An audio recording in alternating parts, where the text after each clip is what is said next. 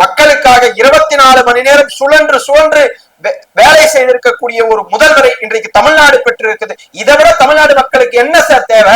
எதையுமே பார்க்காம, அவருடைய உடல்நலத்தையும் பார்க்காமல் ஒரு தலைவர் இந்த தமிழ்நாட்டிற்காக உழைத்துக் கொண்டிருக்கிறார் சொன்னா, இப்ப ஏற்பட்ட தலைவரை பெறுவதற்கு இன்னைக்கு தமிழ்நாட்டு மக்கள் அவ்வளவு ஆர்ப்பரிப்போடு அடுத்து திமுக ஆட்சின்னு தான் சார் சொல்றாங்க.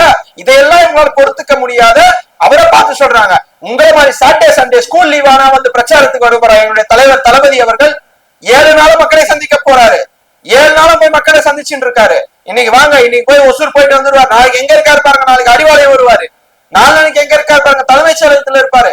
அடுத்த நாள் ஒரு நாள் பாருங்க வேற ஏதாவது நலத்திட்ட பணிகளை தொடங்குவதில் இருப்பாரு. இதுதான் சார் ஒரு தலைவருக்கு அழகு. சாட்டர்டே சண்டே எதுக்கு வைக்கிறீங்க? ஏன் லீவ் டேஸ் உங்களுக்கு? அவருக்கு கன்வீனியன்டா டைம்ல வைக்கிறாரு. உங்களுக்கு கன்வீனியன்டா இருக்கிற டைம்ல வைப்பீங்க. அப்ப உங்களுக்கு ஓட்டு போட்டா உங்களுக்கு கன்வீனியன்டா இருக்கிற டைம்ல தலைமை செயலகத்தை திறப்பீங்க. உங்களுக்கு கன்வீனியன்டான டைம்ல இது தலைமைச் செயலகத்தை மூடுவீங்க.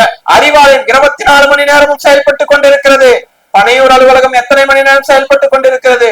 4 to 6 தான் அந்த அலுவலகத்தை திறக்கிறீங்க. மீதி டைம்ல பூட்டு போட்டு வச்சிருங்க. இது ஒரு கட்சியா? இன்னும் பேசணும், எவ்வளவோ பேசலாம். இதுல ஓட்டை விழுந்துச்சு, இந்த ஓட்டையை எப்படி அடைக்க போறேன்னு கேக்குறீங்க.